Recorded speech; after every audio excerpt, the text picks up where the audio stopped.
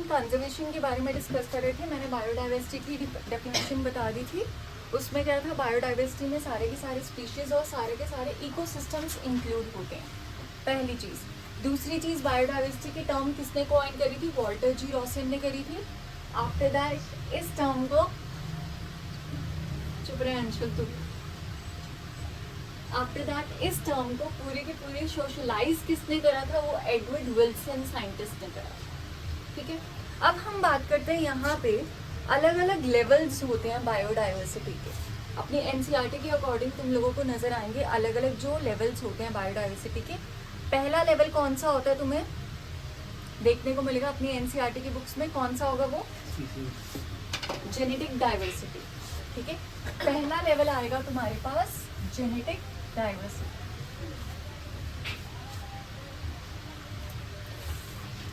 तो लेवल्स में पहला लेवल इंक्लूड होता है तुम्हारे पास जेनेटिक डाइवर्सिटी का। ठीक है, जेनेटिक डाइवर्सिटी वाले लेवल में क्या होंगे? हम सारे के सारे जितने भी स्पीशीज होते हैं उनके जीन्स के बारे में पढ़ते हैं। ठीक है, उनके क्रोमोसोम्स के बारे में हमें नॉलेज होती है। ठीक है, साथ में जितनी भी वेरिएशंस आ रही हैं, जितने भी एलील्स प्रेजेंट हैं, उनके बारे में नॉलेज होगी, वो सारी चीज़ें इंक्लूड होती हैं। एंड जो बेसिक पैरामीटर्स होते हैं कि जैसे जैसे स्पीशीज का रेट बढ़ता रहेगा वैसे वैसे क्या होते हैं, एनवायरमेंटल पैरामीटर्स भी बढ़ते रहते हैं। ठीक है, कोई डाउट इस पहले चीज़ में? तो इसमें हमने क्या बात करी? नंबर ऑफ जीन्स के बारे में पढ़ते हैं, क्रोमोसोम्स के बारे में पढ़ते हैं, जितने भी अलग अलग स्पीशीज होते हैं। अगर तो स्पीशीज का रेट इंक्रीज हो रहा है तो ऑब्वियस सी बात है एनवायरमेंटल पैरामीटर्स भी क्या हो रहे हैं यहाँ पे? इंक्रीज हो रहे हैं, हैबिटेट। यहाँ तक कोई डाउट समझ में आ गया?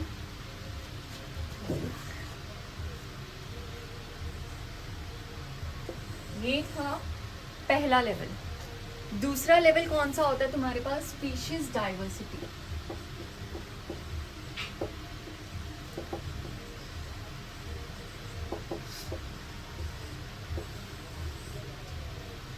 स्पीशीज डाइवर्सिटी में क्या होगा तुम्हारे पास? एक पर्टिकुलर एरिया में कितने स्पीशीज प्रेजेंट हैं उसको हम क्या बोलते हैं? Species richness. ठीक है, तो यहाँ पर स्पीशीज डाइवर्सिटी में हम बात करते हैं स्पीशीज रिचनेस के बारे में। स्पीशीज रिचनेस में क्या होगा? कितने स्पीशीज प्रेजेंट हैं एक पर्टिकुलर एरिया में, उसको हम डिफाइन करते हैं स्पीशीज रिचनेस से। ये क्वेश्चन आपका। और अगर मैं बोलूं जितने भी स्पीशीज की अलग अलग लाइक एरिया है, हम बोलते हैं एक एरिया में कितने स्पीशीज प्रेजेंट है। ठीक है, और अगर मैं बोलती हूँ एक एरिया के अंदर कितने अलग अलग टाइप के स्पीशीज प्रेजेंट है, वो कौन से होंगे? Species evenness. ठीक है, जब मैं बोलती हूँ अलग अलग टाइप के स्पीशीज तो वो क्या होगी? Species evenness. समझ में आ गया यहाँ तक? डन। थर्ड आ जाती है तुम्हारे पास इकोलॉजिकल डाइवर्सिटी।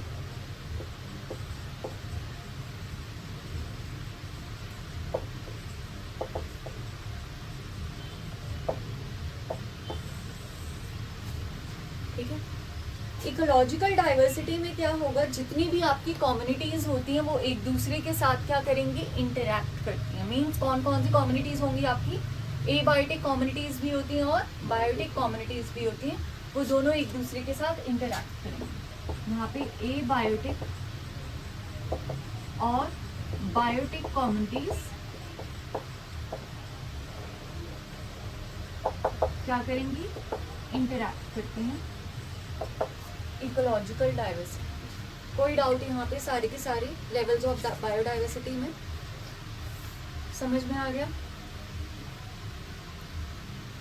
उसके बाद हम लोग बात करेंगे यहाँ पे लाइक 2004 में IUCN ने बताया था कि total number of species means plant और एनिमल दोनों स्पीशीज टोटल कितने प्रेजेंट हैं इस वर्ल्ड के अंदर।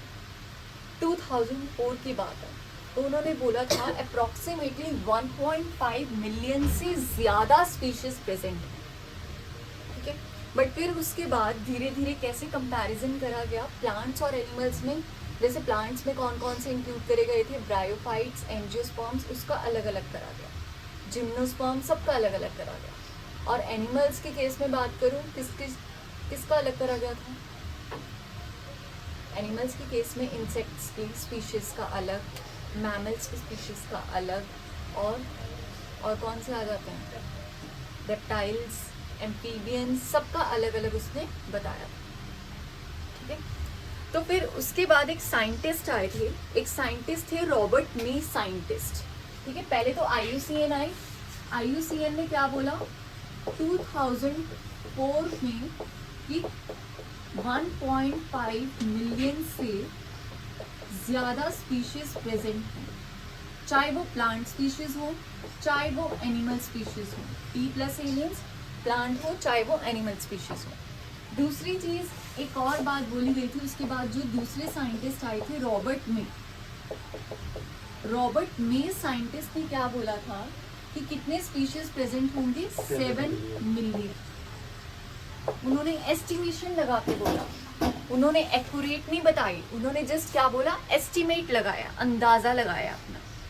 और उस अंदाजे में उन्होंने सिंपल एक वर्डिंग बोली थी कि 22%। उस अंदाजे में उन्होंने जो बेसिक चीज़ें बोली थी यहाँ पर कि लाइक 10 एनिमल्स हैं, 10 एनिमल्स में से 7 क्या होंगे, आपके इंसेक्ट्स होंगे, ठीक है।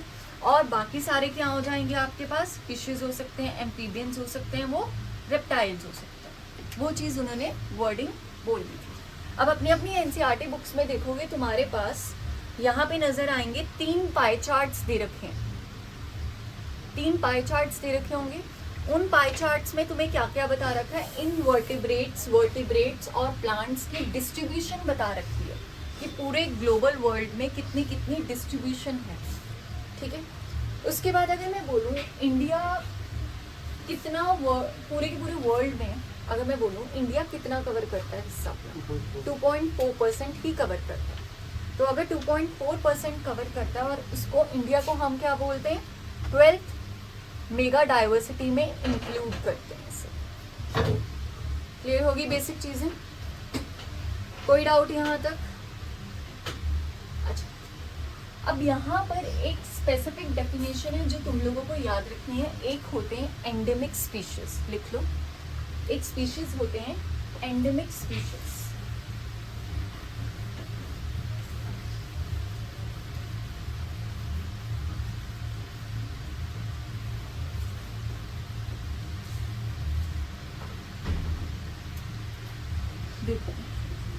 जो एंडेमिक स्पीशीज होंगे, ऐसे स्पीशीज जो पर्टिकुलर एरिया में ही रहते हैं, means they are confined to the particular area और रीजन। तो मीन्स ऐसे स्पीशीज हैं ये which are confined to particular reason.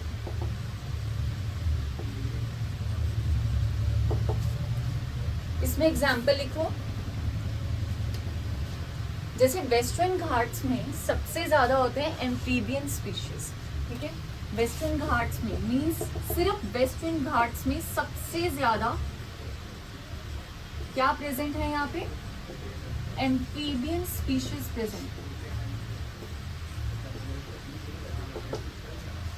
कोई डाउट यहाँ तक समझ में आ गया सबको? डन। ये था पूरा का पूरा तुम्हारा लेवल्स ऑफ बायोडाइवर्सिटी के बारे में। एंड फिर इसके बाद हम लोगों ने क्या चीज़ डिस्कस करी है कि कितने कितने स्पीशीज प्रेजेंट होते हैं, मींस हिस्ट्री के बारे में डिस्कस करा है। पहले IUCN ने बोला कि इतने स्पीशीज होते हैं, फिर रॉबर्ट मे ने बोला इतने स्पीशीज होते हैं, फिर हमने डिस्ट्रीब्यूशन के बारे में डिस्कस करा है। डिस्ट्रीब्यूशन में कितने डिस्कस करा हमने कि लाइक इंसेक्ट्स है 10 में से क्या होंगे, सॉरी 10 हैं एनिमल्स, 10 एनिमल्स में से 7 क्या होंगे, इंसेक्ट्स होते हैं, और बाकी सारे क्या हो सकते हैं, एम्फीबियंस हो सकते हैं, फिशेज हो सकते हैं, रेप्टाइल्स हो सकते हैं, कुछ भी हो सकते हैं, ठीक है, फिर हमने बात करी है यहाँ पर बेसिक एंडेमिक स्पीशीज के बारे में। डन। अब हम बात करेंगे पैटर्न्स ऑफ बायोडाइवर्सिटी के बारे में। नेक्स्ट टॉपिक है हमारा पैटर्न्स ऑफ बायोडाइवर्सिटी।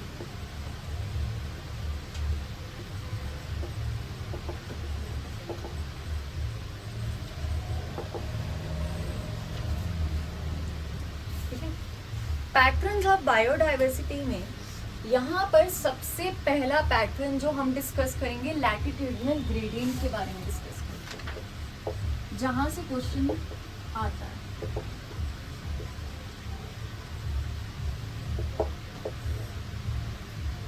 क्या होता है लैटिट्यूडिनल ग्रेडियंट, बताओ, अभिलाषा बताइए क्या होता है लैटिट्यूडिनल ग्रेडियंट।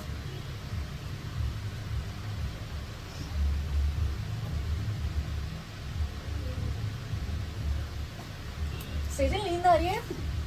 नहीं। यॉर्निंग तो बहुत कर रही हो।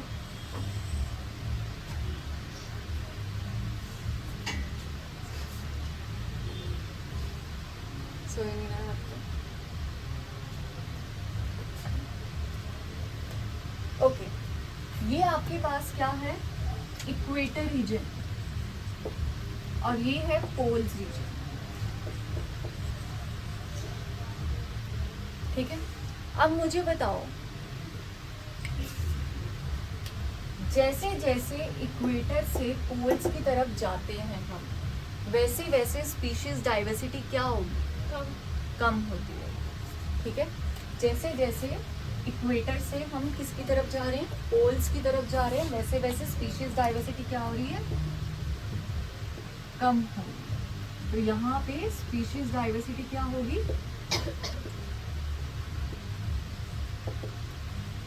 डिक्रीज हो जाएगी। ठीक है, जैसे जैसे हम इक्वेटर से किसकी तरफ जा रहे हैं, पोल्स की तरफ जाते हैं, वैसे वैसे स्पीशीज डाइवर्सिटी कम होती है। और जैसे जैसे पोल्स की तरफ, पोल से हम इक्वेटर की तरफ जाते हैं, मींस इक्वेटर रीजन पे सबसे ज्यादा क्या होगी, species diversity.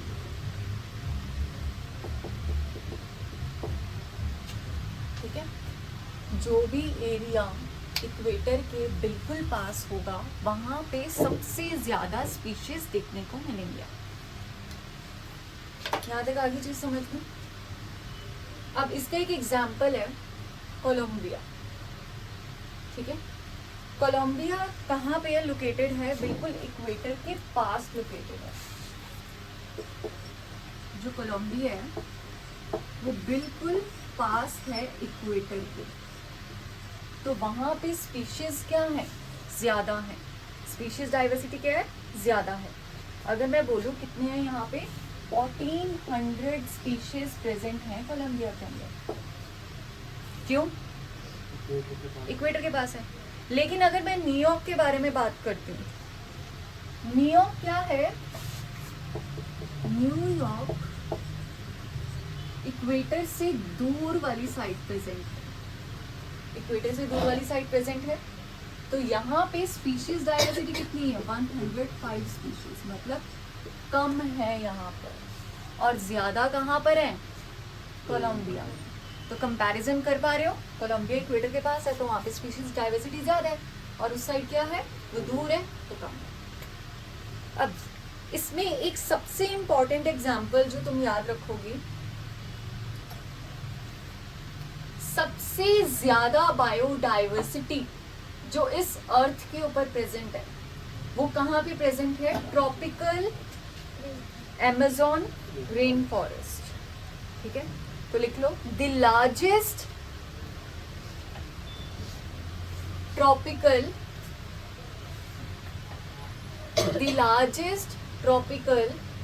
Amazon rain forest in South America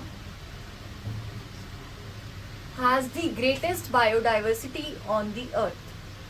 ठीक है, एंड वहां पे कितने स्पीशीज हैं, अराउंड लगा के चलो, अमेज़न फॉरेस्ट में अगर मैं बोलूं कितने स्पीशीज हैं? More than 40,000 species present, more than 40,000 species present है अमेजोन में। तो वहाँ पे क्या क्या चीज़ें इंक्लूड होती हैं? लाइक 40,000 स्पीशीज तो प्लांट्स के होंगे वहाँ पे, ठीक है, और 3,000 स्पीशीज होंगे फिशेज के, 427 मैमल्स होंगे। एनसीईआरटी के अकॉर्डिंग 427 क्या होंगे? 427 मैमल्स होंगे और 427 क्या होंगे? एम्फीबियंस होंगे। और 378 क्या होंगे आपके पास? रेप्टाइल्स होते हैं वहाँ पे। कोई डाउट यहाँ पर? समझ में आ गया? Latitudinal gradient done. अब इसमें और भी कुछ इंपॉर्टेंट पॉइंट्स हैं जो हम लोगों ने इंक्लूड करने हैं। कुछ टर्म्स हैं। पहली टर्म आ जाती है तुम्हारे पास स्पीसिएशन।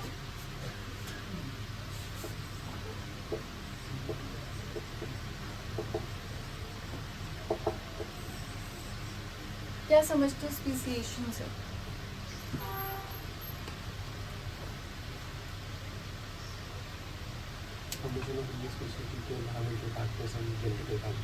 हाँ, नए स्पीशीज जो बन रहे हैं वो किसकी वजह से बन रहे हैं? जेनेटिक फैक्टर्स की वजह से बन रहे हैं, एवोल्यूशनरी फैक्टर्स की वजह से बन रहे हैं, ठीक है। तो उनके बारे में भी हम पता करते हैं। लेकिन अगर मैं बोलूँ टेम्परेट रीजन्स के अंदर, पहले टेम्परेट रीजन्स के अंदर क्या थे? पहले थे स्पीशीज या नहीं थे? स्पीशीज डाइवर्सिटी पहले टेम्परेट रीजन में कम थी, फिर धीरे धीरे टेम्परेट रीजन से ट्रॉपिकल लैटिट्यूड की तरफ स्पीशीज डाइवर्सिटी क्या होने लगी?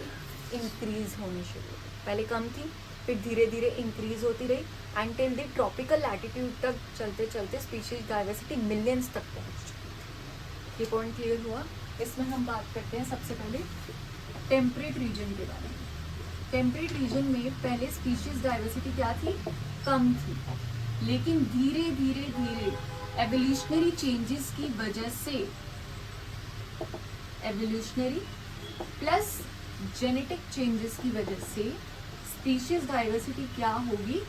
बढ़ गई।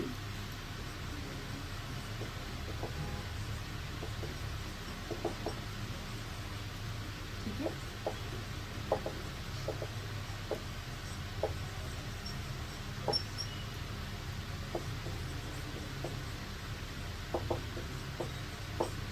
कोई डाउट यहाँ तक? समझ में आ गया? ये मेन कंसेप्ट है कि पहले टेम्परेट रीजन में स्पीशीज डाइवर्सिटी कम थी, लेकिन जैसे जैसे कुछ पिछले सालों में, बहुत सारे सालों में एवोल्यूशनरी चेंजेस आए, जेनेटिक चेंजेस आए, तो उस वजह से स्पीशीज डाइवर्सिटी क्या होगी? इंक्रीज होगी, एंड एकदम से रैपिड अमाउंट में इंक्रीज हुई है। कोई डाउट यहाँ तक आपको? नेक्स्ट आ जाता है इसके अंदर एक और पॉइंट जो कि लैटिट्यूडनल ग्रेडियंट में इंक्लूड होगा, वो होगा ट्रॉपिकल एनवायरनमेंट।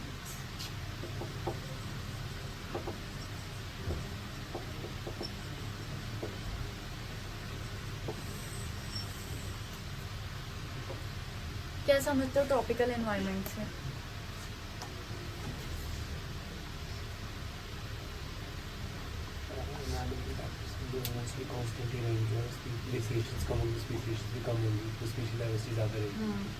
अगर देखो टेम्परेचर कांस्टेंट रहेगा तो उस हिसाब से क्या होगा? स्पीशीज डाइवर्सिटी क्या हो जाएगी? इंक्रीज हो जाएगी। तो ट्रॉपिकल एनवायरनमेंट में क्या होगा? अगर तो टेम्परेचर कांस्टेंट रहता है, टेम्परेचर कांस्टेंट होगा या फिर एनवायरनमेंट पूरी तरह कांस्टेंट होता है, तो उस हिसाब से क्या हो जाएंगी? स्पीशीज डाइवर्सिटी क्या हो जाएंगी? बढ़ जाएगी। The rate of species diversity increases. ठीक है, एक ये पॉइंट। दूसरा पॉइंट आ जाता है सोलर एनर्जी का।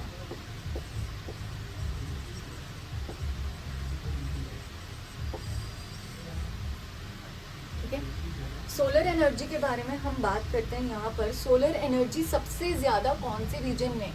ट्रॉपिक रीजन में सबसे ज्यादा है सोलर एनर्जी। तो अगर ज्यादा सोलर एनर्जी है तो प्रोडक्टिविटी रेट भी क्या हो जाएगा? ज्यादा हो जाएगा। लेकिन अगर मैं बोलूँ अगर प्रोडक्टिविटी रेट ज़्यादा हो रहा है तो लेकिन स्पीशीज डाइवर्सिटी इफेक्ट होगी या नहीं होगी? होगी है। क्योंकि प्रोडक्टिविटी तो तभी होगी ना इंक्रीज। तो हम यहाँ पे बोलते हैं सोलर एनर्जी अगर ज़्यादा होगी तो स्पीशीज का रेट भी क्या हो जाएगा, ज़्यादा हो जाएगा, और प्रोडक्टिविटी रेट भी क्या हो जाएगा, इंक्रीज हो जाएगा। Any doubt? ये था सारा लैटिट्यूडनल ग्रेडियंट। नेक्स्ट हम बात करेंगे स्पीशीज एरिया रिलेशनशिप के बारे में। चलो जो नहीं आए हैं उनको तो वीडियो मिल जाएगी आराम से पढ़ने के लिए।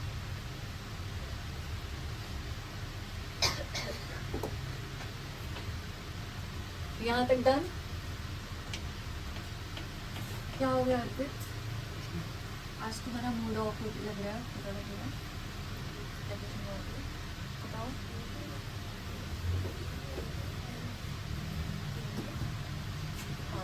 क्या हो गया?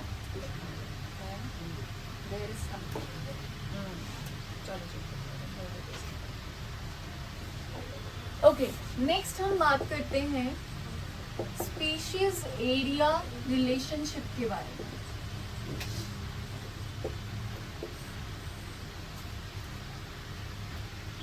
ठीक है,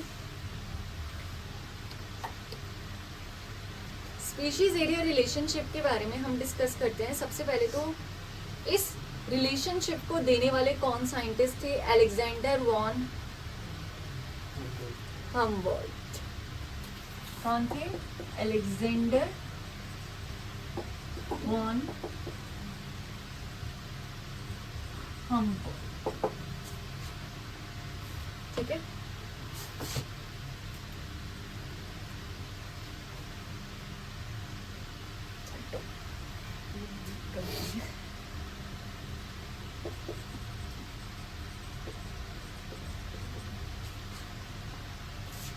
ठीक है। अब देखो उन्होंने क्या बोला था, जैसे जैसे एरिया इंक्रीज होता रहता है वैसे वैसे स्पीशीज भी क्या होंगे, इंक्रीज होते रहते हैं। तो इनके अकॉर्डिंग क्या बोली गई थी, एक स्टेटमेंट दी गई थी स्पीशीज रिचनेस, कि स्पीशीज रिचनेस इंक्रीज होती रहती है जैसे जैसे एरिया क्या होगा, इंक्रीज होता रहता है। इसका मतलब क्या है, स्पीशीज रिचनेस का डायरेक्ट रिलेशनशिप है एरिया से। ठीक है, इसका डायरेक्ट रिलेशनशिप है एरिया से।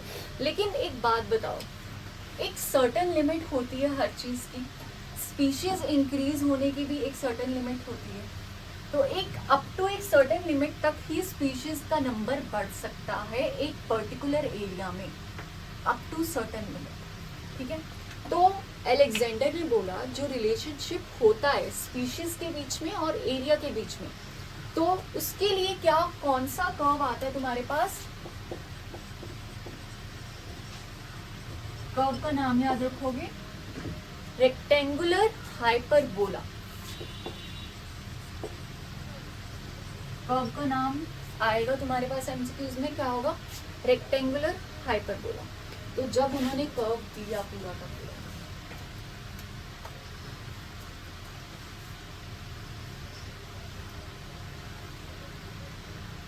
यहाँ पे तुम्हारे पास स्पीशीज रिचनेस, ये है एरिया। उठ जा, बोल सकती है तू।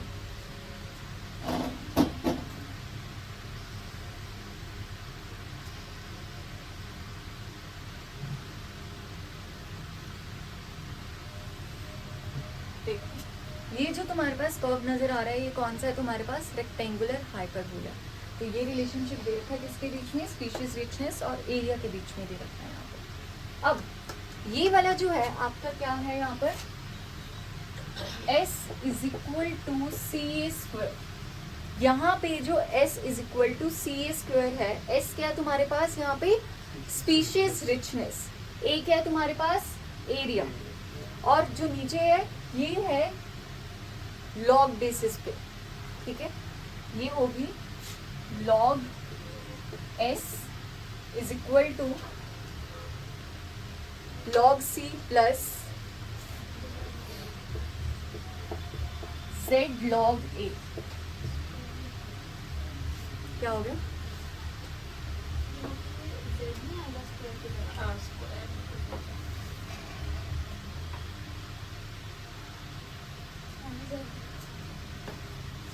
हाँ बोलिए। Z वाला Z है, ठीक है। अब देखो यहाँ पे जो S है वो क्या है, स्पीशीज रिचनेस है, और A क्या है तुम्हारे पास, एरिया, और Z क्या है तुम्हारे पास यहाँ पे, स्लोप ऑफ लाइन, ठीक है। यहाँ पे हम Z को बोलते हैं स्लोप ऑफ लाइन।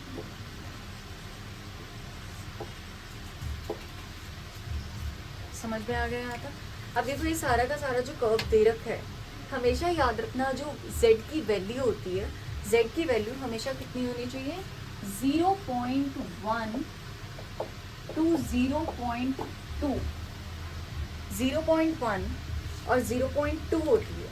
बट अगर मैं बोलूँ जितने भी, हमें कोई लेना देना नहीं होता कि वो कौन सी टेक्सोनॉमी में लाई करता है, कौन से ग्रुप ऑफ स्पीशीज के बारे में डिस्कस कर रहे हैं हम लोग, हमेशा Z की वैल्यू कितनी होगी, 0.1 टू 0.2 तक के बीच में होनी चाहिए, ठीक है। लेकिन अगर मैं बोलूँ लार्जर कॉन्टिनेंट्स के बारे में, लार्जर कॉन्टिनेंट्स जो होंगे वहाँ पे Z की वैल्यू हमेशा कितनी होती है, 0.6 टू 1.2। तो लार्जर कॉन्टिनेंट्स में जो Z की वैल्यू होगी वो 0.6 टू 1.2 तक के बीच में होगी। तो ये क्या है आपके पास यहाँ पे, एक्सेप्शन है, और ये हर जगह फॉलो होती है, ये आपकी एक्सेप्शन है। कोई डाउट यहाँ तक? डन, समझ में आ गई सारी चीजें। कर्व में क्या क्या चीजें याद रखनी है, Z की वैल्यूज, एक्सेप्शंस, डन, क्लियर हो गया सारा का सारा। नेक्स्ट हम बात करते हैं स्पीशीज डाइवर्सिटी की क्या क्या इंपॉर्टेंस होती है। ये जस्ट एक बारी हम क्विकली ओवरव्यू देंगे। तो सबसे पहले आ जाता है तुम्हारे पास, इरेज कर दो ना,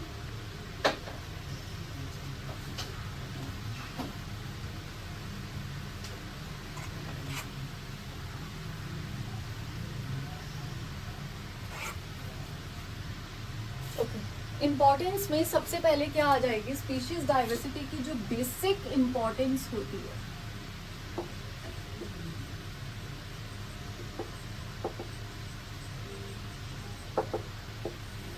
स्पीशीज डाइवर्सिटी की इम्पोर्टेंस में सबसे पहली चीज आ जाती है आपके पास इकोलॉजिकल स्टेबिलिटी, देन प्रोडक्टिविटी। पहली आ जाएगी इकोलॉजिकल स्टेबिलिटी, देन आ जाएगी तुम्हारे पास प्रोडक्टिविटी,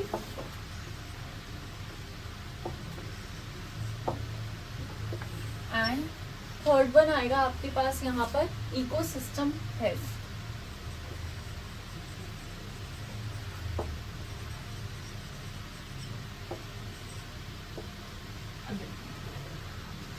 जब मैं इकोलॉजिकल स्टेबिलिटी के बारे में बात कर रही हूँ, अगर जितनी ज्यादा स्पीशीज होंगे इकोसिस्टम के अंदर उतनी ज्यादा क्या होगी, स्टेबिलिटी होती है, उतनी ज्यादा क्या होगी, स्टेबिलिटी होगी।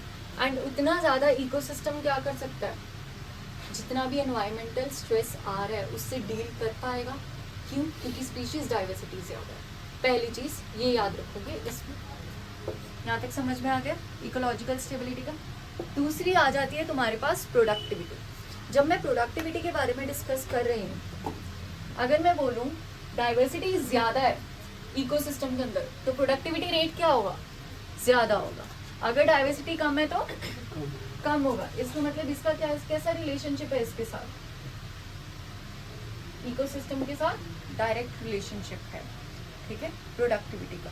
That is on the basis of the biodiversity.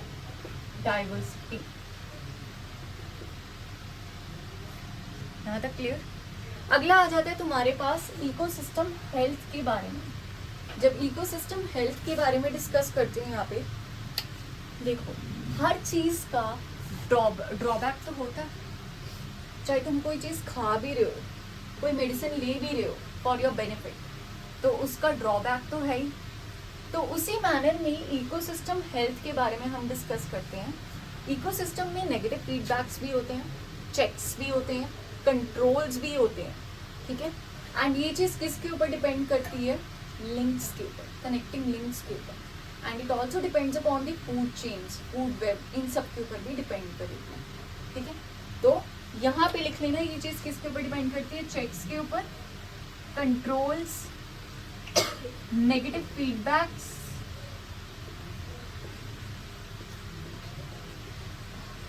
ठीक है, इन सारी चीज़ों के ऊपर डिपेंड करते हैं। अब हर एक स्पीशीज, क्या सारे के सारे स्पीशीज जो होते हैं एक दूसरे के साथ इंटरलिंक्ड होते हैं by any kind of relationship, ठीक है, चाहे वो फूड चेन के थ्रू हो, चाहे वो फूड वेब के थ्रू हो, जो हमने पिछली इकोलॉजी क्लासेस में डिस्कस करा। यहाँ तक आ गया समझ में? डन। नेक्स्ट, सबसे इम्पॉर्टेंट शॉर्ट नोट में जो आपको चीज़ याद रखनी है, एक है रिवेट पॉपर हाइपोथेसिस, जिसको किसने दिया था? पॉल एडलिच ने दिया था। इरेज कर दूं ये सारा। डन।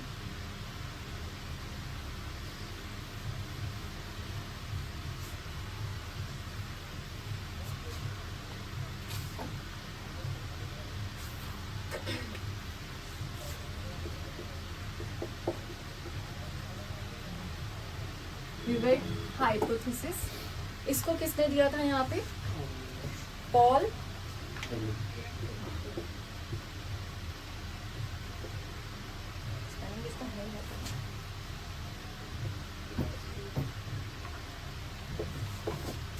अब मुझे बता दो, ये मैंने पहले भी बता रखा तुम लोगों को हाइपोथेसिस। अंशुल बताएगा मुझे।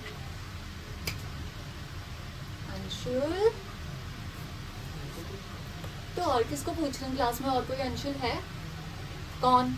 यहाँ पे तो कोई प्रेजेंट नहीं है। बता मुझे। तूने बताया, तूने भी मुझे बताया था। चल बता क्या होता है ये।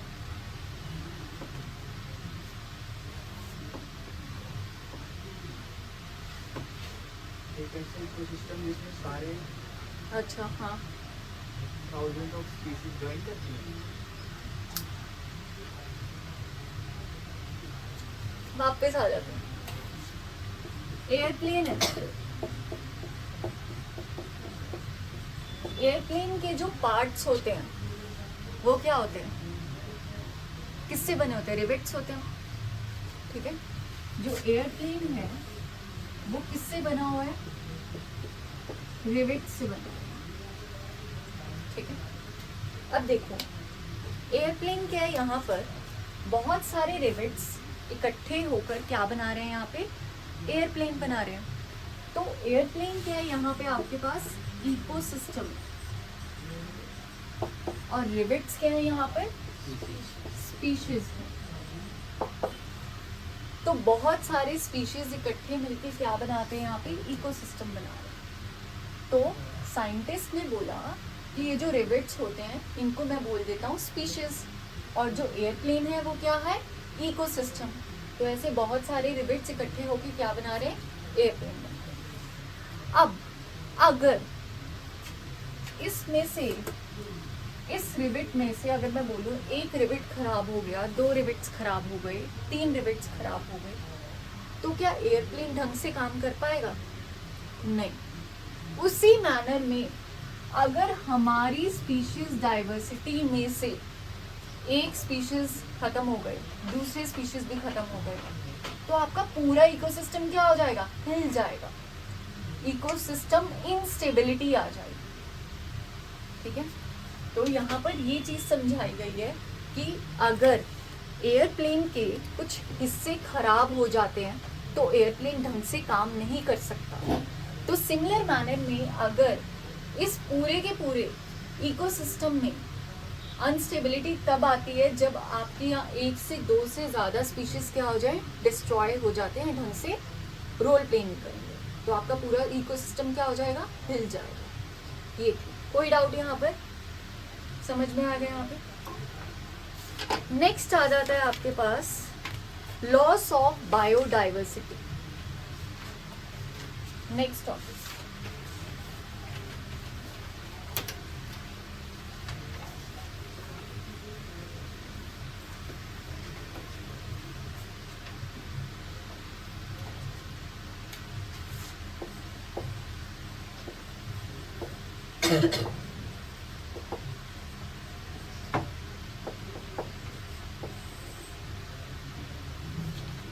क्या होता है?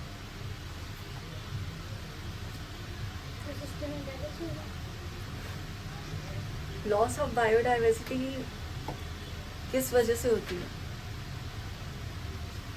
एक्सटिंक्शन रेट की वजह से। जितने भी स्पीशीज हैं, कुछ स्पीशीज खत्म होने वाले हैं, ठीक है, और कुछ स्पीशीज जो आने वाले टाइम में खत्म होने वाले हैं, और जो खत्म हो चुके हैं उनकी वजह से क्या होती है, प्रॉब्लम्स आती हैं, ठीक है। तो सबसे पहले आप लोगों को इसमें याद रखना है लॉस ऑफ बायोडाइवर्सिटी में टाइप्स ऑफ एक्सटिंक्शंस के बारे में, जो कि टाइप्स ऑफ एक्सटिंक्शन आपकी बायोडाइवर्सिटी में बहुत इंपॉर्टेंट रोल प्ले करते हैं, ठीक है। सबसे पहले आ जाते हैं आपके पास नेचुरल, एक होते हैं आपके पास नेचुरल एक्सटिंक्शन,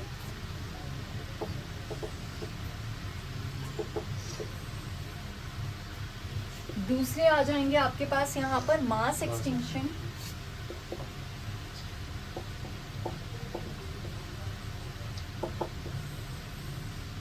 और थर्ड वन वाले कौन से हो जाएंगे आपके पास यहाँ पे, हाँ, एंथ्रोपोजेनिक,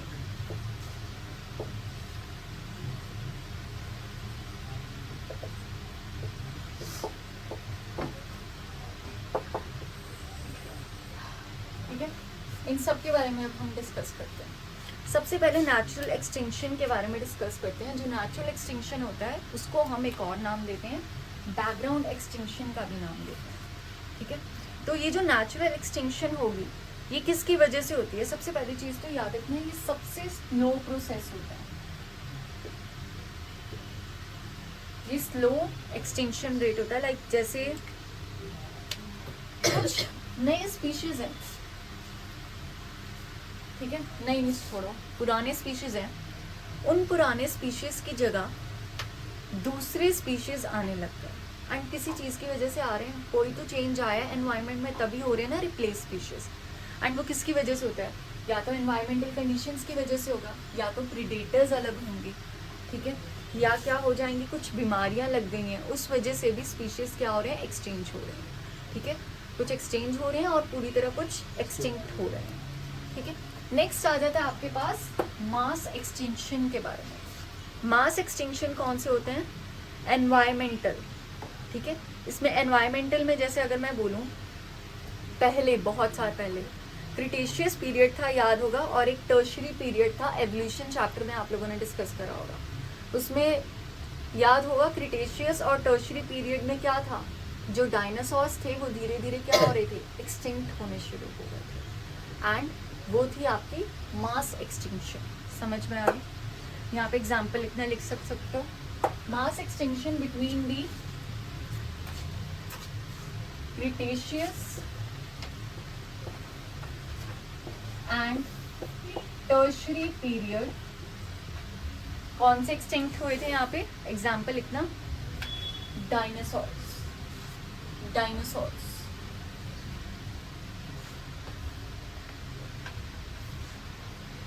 लास्ट आ जाता है तुम्हारे पास एंथ्रोपोजेनिक वाले।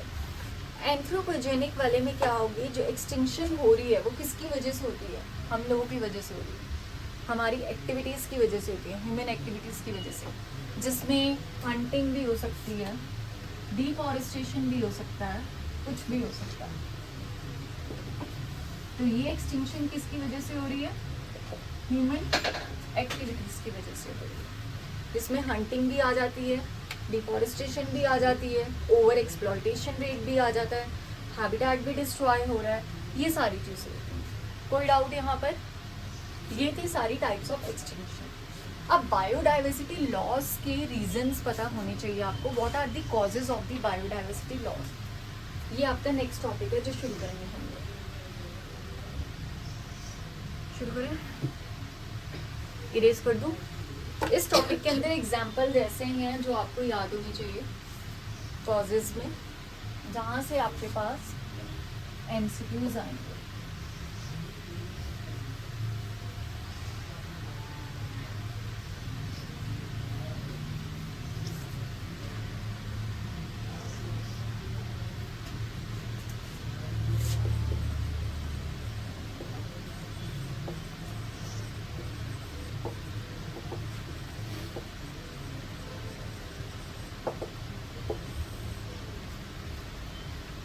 क्या हो गया?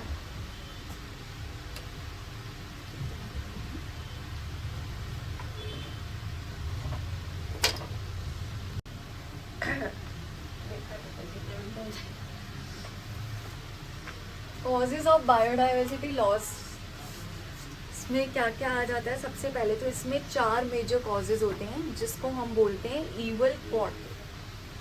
ठीक है,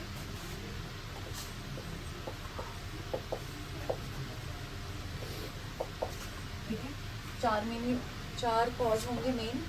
पहला आ जाता है तुम्हारे पास यहाँ पे habitat loss and fragmentation.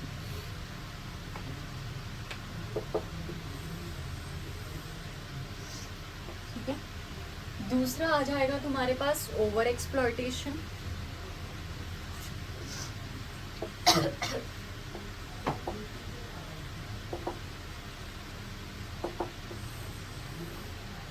Third आ जाएगा तुम्हारे पास यहाँ पे एलियन स्पीशीज इन्वेजन।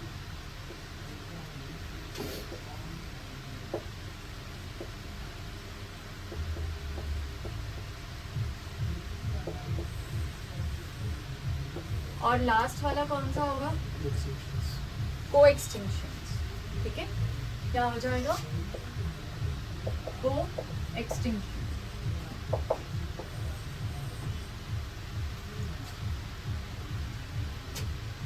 तो सबसे पहले हम बात करते हैं हैबिटेट लॉस एंड फ्रेगमेंटेशन के बारे में। हैबिटेट लॉस एंड फ्रेगमेंटेशन में क्या हो जाएगा तुम्हारे पास? सबसे पहले कि जितनी भी डिस्ट्रक्शन हो रही है पूरे के पूरे हैबिटेट की वो किस वजह से होती है? मेन तो हमारी ह्यूमन एक्टिविटीज़ है, उसकी वजह से हो रही है। तो वो क्या क्या आ जाते हैं? ग्रास लैंड्स डिस्ट्रॉय हो रहे हैं, और दूसरी चीज़ कौन सी होती है? Deforestation, construction of work. इस वजह से क्या हो रहा है? पूरा का पूरा हैबिटेट खराब होता जा रहा है। जैसे जैसे हैबिटेट खराब हो रहा है और एनिमल्स के लिए हाइडिंग प्लेस क्या हो जाएगी? कम हो जाएगी। ठीक है, यहाँ पे इंपॉर्टेंट पॉइंट लिखते हैं ना, क्या हो जाएगी? हाइडिंग प्लेस क्या हो जाएगी? यहाँ पे कम हो जाएगी एनिमल्स के लिए। हाँ, क्या हो जाएगी यहाँ पे? नेक्स्ट, जो अगर लैंड के ऊपर हम लोग कंस्ट्रक्शन वर्क करते हैं तो माइक्रो ऑर्गेनिजम्स क्या होंगे? डिस्ट्रॉय हो जाएंगे। दूसरा पॉइंट क्या हो जाएगा? डिस्ट्रॉय दी माइक्रो ऑर्गेनिजम्स। ठीक है, अगला पॉइंट क्या हो जाएगा और क्या चेंजेस आएंगे?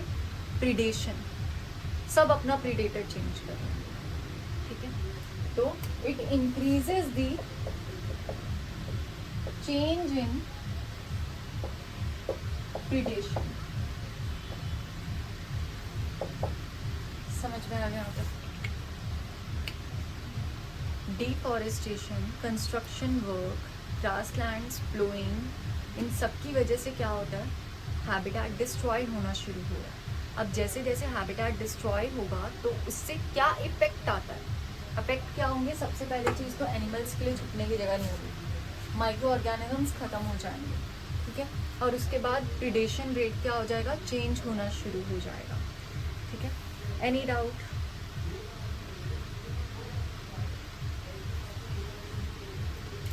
अच्छा, लंग्स ऑफ द प्लैनेट किसको बोलते हैं? ये तो सबको रटा हुआ है, और कोई चीज़ रटी ना हो। अच्छा, ये तो तुम्हें ठीक है। इसमें एक और चीज़ याद रखोगे, लंग्स ऑफ प्लैनेट है अमेज़न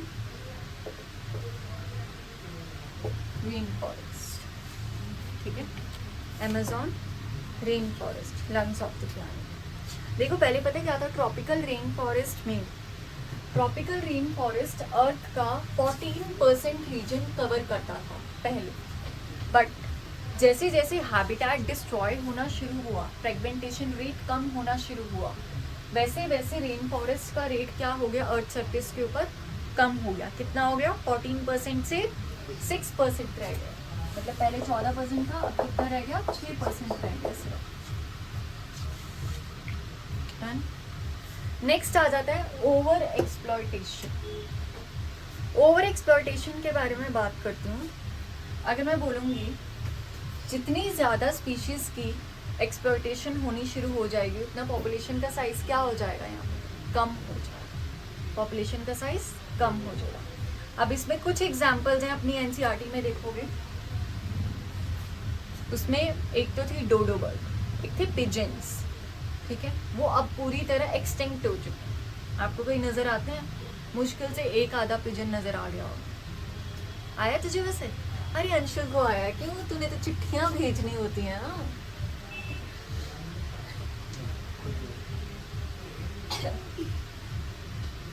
कोरियर करा देता हूँ। नहीं ऑनलाइन।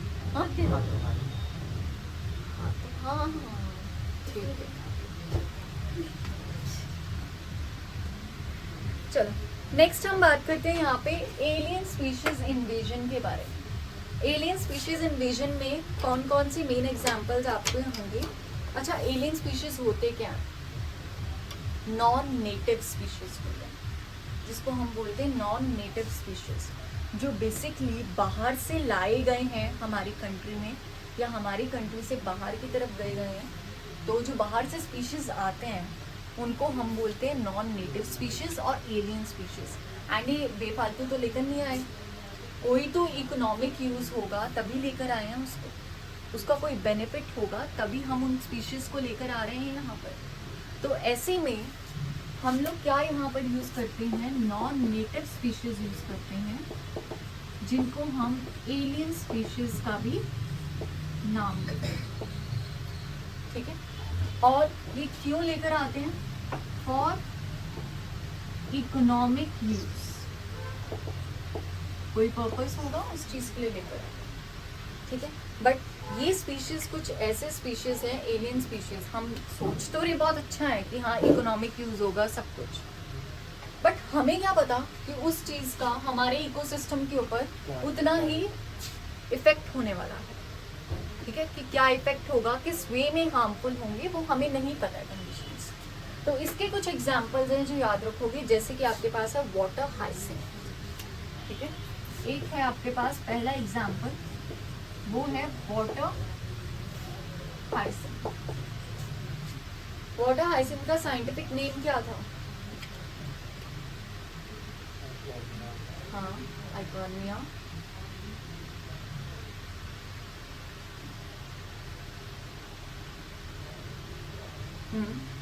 क्रासिपिस, ठीक है। अब इसको इंडियन वाटर में इंट्रोड्यूस करवाया गया था, क्यों? ताकि पोल्यूशन कम हो जाए, ठीक है। क्यों इंट्रोड्यूस करवाया गया था? इंडियन वाटर में इसलिए इंट्रोड्यूस करवाया गया ताकि पोल्यूशन क्या हो जाए? कम हो जाए। बट हुआ क्या इसका? इससे हाँ ऑक्सीजन क्या हो गई थी? बिल्कुल पानी के अंदर बंद होनी शुरू हो गई थी। और अगर ऑक्सीजन पानी के अंदर बंद हो गई तो जितने भी एक्वेटिक स्पीशीज थे, एनिमल्स थे, प्लांट्स थे, वो क्या हो गए थे? डिस्ट्रॉय होने शुरू हो गए, ठीक है। तो तब करके इसको आगे चल के बोल दिया गया था न्यूसेंस वीड, न्यूसेंस वीड, ठीक है, क्योंकि वीड की तरह ही रोल प्ले कर रही है, ठीक है। तो जैसे इसको इंट्रोड्यूस करवाया गया था, किस चीज़ के लिए? पोल्यूशन कम करने के लिए। बट इसने क्या कर दिया था? ऑक्सीजन सप्लाई ही बंद कर दी थी इसने वाटर के अंदर। ऑक्सीजन बंद हो गया वाटर के अंदर, तो जिस वजह से जितने भी एक्वेटिक एनिमल्स थे और प्लांट्स थे वो क्या हो गए थे? डिस्ट्रॉय। तब करके इसको हम क्या बोलते हैं यहाँ पे? न्यूसेंस वीड का नाम देते हैं। कोई डाउट इसमें? पहले एग्जाम्पल में दूसरा एग्जाम्पल है जो आपके पास है पर्च। पर्च एग्जाम्पल है, प्रीडेटर फिश जिसको हम बोलते हैं। पर्च को सबसे पहले लेक में इंट्रोड्यूस करवाया गया था, साउथ अफ्रीका की लेक में इंट्रोड्यूस करवाया गया था।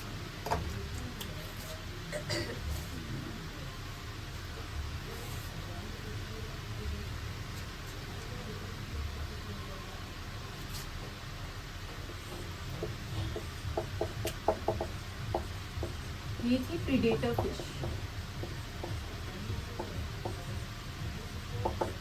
इस प्रीडेटर फिश को इंट्रोड्यूस करवाया गया। जब इस प्रीडेटर फिश को कहाँ पे इंट्रोड्यूस करवाया गया था? In the lake of Victoria, जो कहाँ पे प्रेजेंट है? साउथ अफ्रीका में प्रेजेंट है।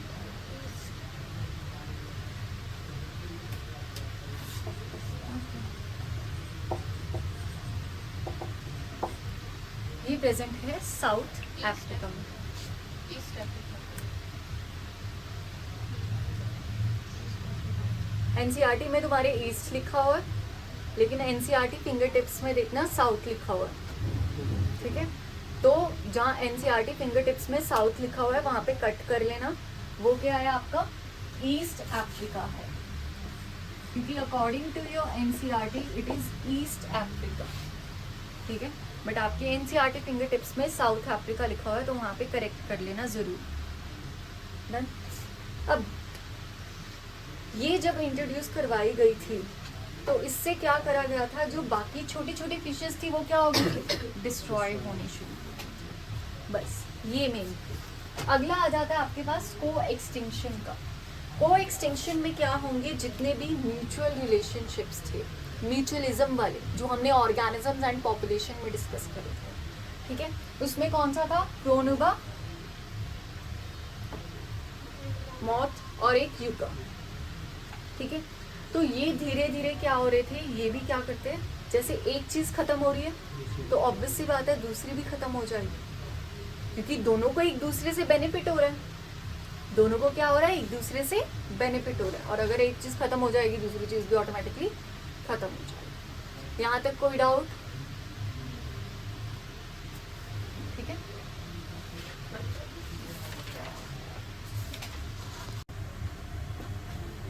ओके, अब हम बात करते हैं यहाँ पे नेक्स्ट टॉपिक के बारे में, बायोडाइवर्सिटी कंजर्वेशन।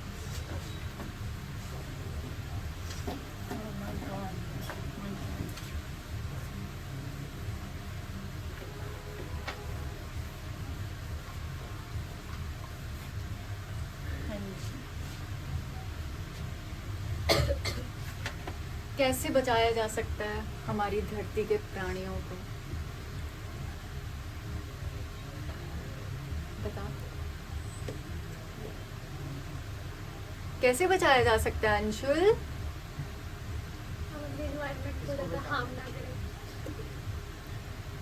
फॉरेस्ट को काटें, हाँ, फॉरेस्ट को काटेंगे, फॉरेस्ट को काटेंगे नहीं काटते हैं।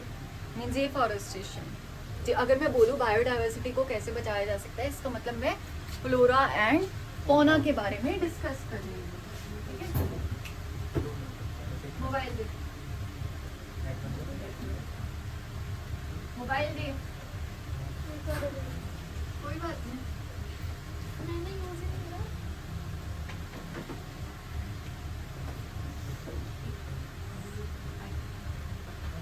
मैं भेदभाव नहीं कर सकती ना, मुझे मोबाइल दो, लास्ट दो, चलो दे दो सारे मुझे। तुम रखते हो, तुम रखते हो।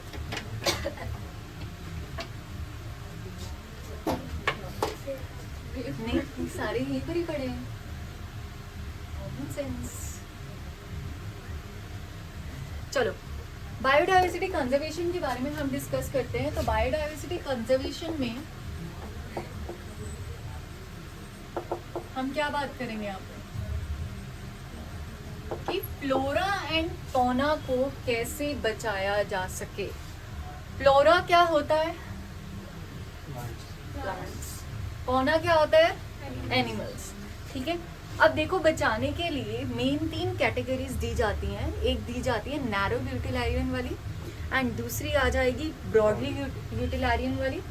अब नैरो और ब्रॉडली में क्या होता है, और एक आ जाती है तुम्हारे पास एथिकल, वो भी हम डिस्कस करेंगे यहाँ पे, ठीक है। क्या होती है नैरो, ब्रॉडली, अब तुम्हें पता है, यहाँ पे बाकी जनता की है, मुझे उससे भी पूछना है, ठीक है। नैरो, ब्रॉडली और अगली आ जाएगी एथिकल बेस्ड। क्या होगा बताओ अंशुल?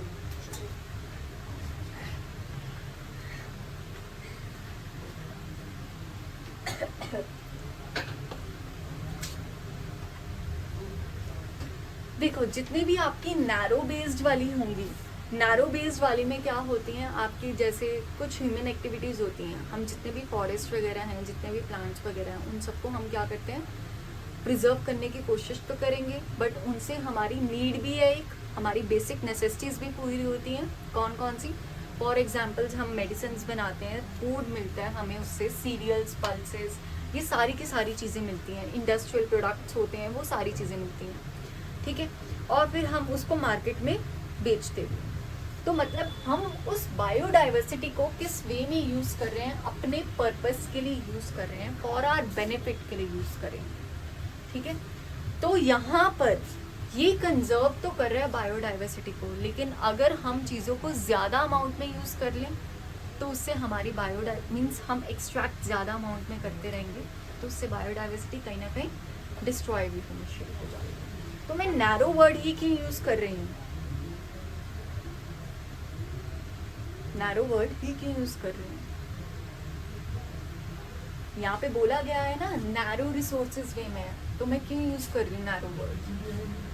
हाँ जी सर, बताओ।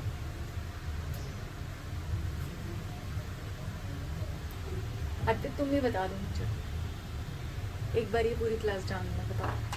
नैरो सिर्फ इकोनॉमिकल बेनिफिट्स होंगे और ज़्यादा स्कोप है नहीं कि काफ़ी सारे उससे ले लेंगे हम स्पीशीज से, एक पर्टिकुलर स्पीशीज होगी जिससे वो एक पर्टिकुलर रिसोर्स मिलेगा। हाँ, लेकिन अगर जैसे जैसे रिसोर्सेज बढ़ते जा रहे हैं वैसे वैसे हमारी नीड्स भी क्या होती हैं, बढ़ती रहती हैं, ठीक है। बट आज की डेट में क्या करा जाता है कि हमारे पास ही इतनी अलग अलग टेक्निक्स आ गई हैं, जेनेटिक इंजीनियरिंग आ रही है, सारी टेक्निक्स आ रही हैं, ठीक है। इन टेक्निक से क्या करते हैं हम लोग, इन टेक्निक से हम यूज़ करके क्या कर सकते हैं, वही प्रोडक्ट्स ज़्यादा अमाउंट में बना सकते हैं without destroying the natural habitat, ठीक है। तो यहाँ पे जो सबसे इम्पॉर्टेंट जो तुम्हें चीज़ याद रखनी है, एक सबसे इम्पॉर्टेंट चीज़ आ जाती है बायो प्रोस्पेक्टिंग। जो टर्म इसके अंदर सबसे ज़्यादा यूज्ड होगी वो होगी बायो प्रोस्पेक्टिंग। क्या होती है बायो प्रोस्पेक्टिंग? मतलब जितनी भी हम एक्सप्लोर करते हैं मॉलिक्यूलर टेक्निक्स, जेनेटिक टेक्निक्स, ठीक है, अपनी स्पीशीज डाइवर्सिटी को देख के उन मॉलिक्यूलर टेक्निक्स और जेनेटिक टेक्निक्स को हमने क्या करना है, एक स्पीशीज लिया, उस स्पीशीज से हमने क्या करना है, उसकी मॉलिक्यूलर बेसिस यूज करनी है, जेनेटिक बेसिक टेक्निक्स अप्लाई करनी है, जैसे बायोटेक्नोलॉजी रोल होगा, वो पूरा का पूरा यूज करके हम वहाँ से एक प्रोडक्ट के कितने बना लेंगे, नंबर ऑफ प्रोडक्ट्स बना सकते हैं by using molecular genetic techniques. तो इससे हमारी स्पीशीज डाइवर्सिटी कुछ नहीं होती, nothing will be. Done with this? समझ आ गया तुम्हें? डन, ठीक है। अगला आ जाता है ब्रॉडली। ब्रॉडली वाले में क्या आ जाएंगे तुम्हारे पास, ब्रॉडली वाले में जितनी भी सारी इकोसिस्टम सर्विसेज होती हैं वो सारी इंक्लूड होती हैं इसके अंदर। क्या होंगी इसके अंदर? इकोसिस्टम सर्विसेज इंक्लूड होंगी। कौन सी होती? Ecosystem services. इकोसिस्टम सर्विसेज क्या होती हैं? जो हमारा नेचर मीन्स इस पूरे के पूरे जिस दुनिया में हम रह रहे हैं, जो नेचर हमें प्रोवाइड कर रहा है, that is a ecosystem services, ठीक है। तो यहाँ पर जैसे अमेजोन फॉरेस्ट है, हमें पता है वो फोटोसिंथेसिस रोल प्ले करता है, क्योंकि उसके अंदर क्या होती है, ऑक्सीजन के पूरे अर्थ का 20% ऑक्सीजन वहाँ पे प्रेजेंट है उस अमेजोन फॉरेस्ट में, जिसका काम है फोटोसिंथेसिस का। अब यहाँ पर अगर मैं बोलूँ इस इकोसिस्टम के अंदर अगर ये बर्ड्स नहीं होंगी, बीज नहीं होंगी, तो पॉलिनेशन प्रोसेस हो नहीं पाएगा, तो ऑटोमेटिकली दूसरी स्पीशीज भी क्या होंगी, अफेक्ट होनी शुरू हो जाएंगी। ठीक है, तो ये चीज़ थी ब्रॉडली वाले में कि हमें सर्विसेज क्या रखनी चाहिए, मतलब इधर से उधर नहीं हिलानी चाहिए सारे के सारे। एथिकल आर्ग्यूमेंट्स में कौन कौन से आ जाते हैं तुम्हारे पास? एथिकल आर्ग्यूमेंट्स में आ जाते हैं एथिक्स, जो हमारे कुछ मिथ्स भी हैं जो बनाए गए हैं, एंड कुछ फैक्ट्स भी हैं जिनको हम बोल नहीं सकते हैं। कुछ हम जैसे हमारी बायोलॉजी के कुछ एथिक्स होते हैं, ठीक है, कि हमें प्लांट्स इतने ही यूज़ करने हैं, स्पीशीज़ एनिमल्स के इतने ही यूज़ करने हैं, उससे ज़्यादा हम लोग नहीं यूज़ कर सकते। ठीक है, लाइक हर एक स्पीशीज़ की अपनी एक इंट्रिंसिक वैल्यू होती है। सबसे इम्पॉर्टेंट चीज़ आएगी यहाँ पे, हर एक स्पीशीज़ की क्या होती है यहाँ पे, इंट्रिंसिक वैल्यू होती है। समझ आ गई? Any doubt? डन। अब हम बात करेंगे कंजर्वेशन स्ट्रैटेजीज के बारे में। रेज कर दूं ये सारे?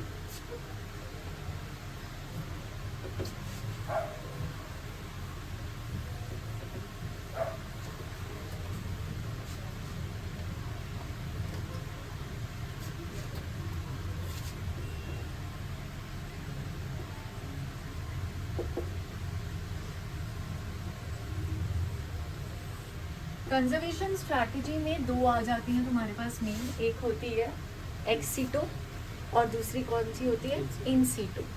इन सीटो का मतलब क्या होता है कि नेचुरल हैबिटेट के अंदर कंजर्वेशन के बारे में हम डिस्कस करें, और एक्स सीटो कौन सी हो जाएगी, जब हम आउटसाइड द नेचुरल हैबिटेट को कंजर्व करने की कोशिश करें। तो एक आ जाती है आपके पास इन सीटो और एक हो जाती है आपके पास एक्स सीटो। लिख लेना, इन सीटो कंजर्वेशन इन नेचुरल हैबिटेट, और एक्स सीटो कौन सी हो जाएगी, conservation in outside the natural habitat. अब देखो इन सीटो में जो आते हैं आपके पास हॉटस्पॉट्स इंक्लूड होते हैं, क्या है, और प्रोटेक्टेड एरियाज कंपनी का। ठीक है, तो यहाँ पे सबसे पहली चीज आ जाती है, एक आ जाती है प्रोटेक्टेड एरियाज, दूसरे आ जाते हैं आपके पास कौन से, हॉटस्पॉट्स। ठीक है, दूसरे आ जाएंगे आपके पास हॉटस्पॉट्स। तो सबसे पहले मैं प्रोटेक्टेड एरियाज के बारे में बात करती हूँ, वो कौन सी आ जाती है इसमें, wild life centuries,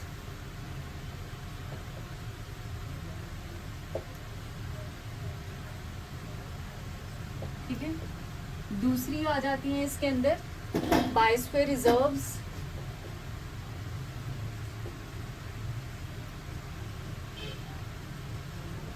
third one आ जाएगा आपके पास नेशनल पार्क्स।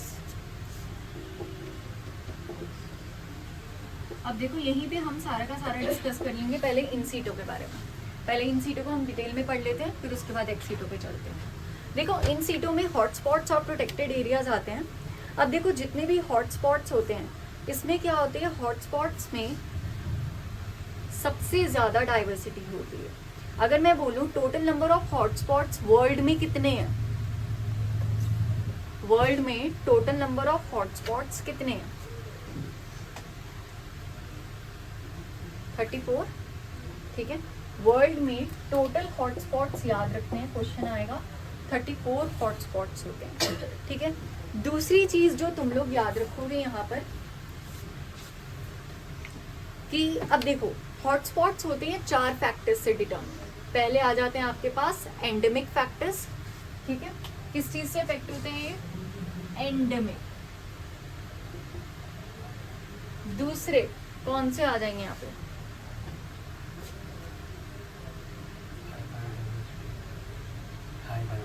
और ऐसा है डिग्री ऑफ एक्सप्लॉयटेशन, ठीक है, डिग्री ऑफ एक्सप्लॉयटेशन, और अगला आ जाएगा हैबिटेट।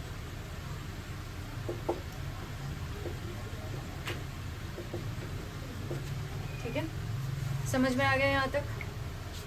अच्छा, नेशनल पार्क्स क्यों बनाए गए हैं? ताकि जो कुछ एक्टिविटीज होती है ना, ये ग्रेजिंग की वही एक्टिविटीज होंगी और ये जो आपकी कल्टीवेशन की एक्टिविटीज होंगी वो क्या कर सके, रोक सके, तब करके नेशनल पार्क्स बनाए गए हैं। टोटल नेशनल पार्क्स अगर मैं बोलूँ कहाँ पर है सबसे ज़्यादा, टोटल नेशनल पार्क्स अगर मैं बोलूँ कितने हैं, और एक सबसे इम्पॉर्टेंट है जो याद रखना है आपने, 90 नेशनल पार्क्स प्रेजेंट है। हाँ, इंडिया में टोटल कितने प्रेजेंट है? 90 नेशनल पार्क्स प्रेजेंट हैं इंडिया के अंदर, ठीक है। और 90 नेशनल पार्क्स में से जो सबसे इम्पोर्टेंट जो तुम्हें याद रखना है, काज़िरंगा, ठीक है, ठीक है, जो काज़िरंगा होगा वो कहाँ पे प्रेजेंट है? अच्छा, कहाँ पे प्रेजेंट है? असम, हाँ, असम वाली साइड प्रेजेंट है, ठीक है। ये नेशनल पार्क का याद रखो। और अगला आ जाता है बायोस्फीयर रिजर्व्स, कितने प्रेजेंट हैं यहाँ पर? 14 बायोस्फीयर रिजर्व्स प्रेजेंट हैं, ठीक है। नेक्स्ट आ जाती है आपके पास यहाँ पे सेंचुरीज, ठीक है। सेंचुरीज में क्या हो जाएंगे, टोटल कितनी सेंचुरीज प्रेजेंट है पूरे वर्ल्ड वाइड में? Wild life sanctuaries approximately 448 means 448 sanctuaries present हैं इस पूरे के पूरे इंडिया में। Any doubt? समझ में आ गया यहाँ तक सेंचुरीज वाला भी? अभी थोड़ी बीमार है ना। यहाँ तक क्लियर हो गया? ओके, नेक्स्ट आ जाता है आपके पास एक्स सीटो conservation, means outside the natural habitat. Outside the natural habitat में क्या क्या इंक्लूड होते हैं आपके पास? जितने भी जोलॉजिकल पार्क्स होंगे, जितने भी बोटानिकल गार्डन्स होते हैं, वो सारे के सारे इंक्लूड होते हैं। तो एक्स सीटो में क्या क्या इंक्लूड होते हैं? जोलॉजिकल पार्क्स, जोलॉजिकल पार्क्स में क्या होंगे? जितने भी एनिमल स्पीशीज आ जाएंगे, और दूसरे कौन से हो जाएंगे? बोटानिकल गार्डन्स, वो सारे include, ठीक है। इससे क्या होगा? ये जो जूस बनाए गए हैं, क्यों बनाए गए हैं?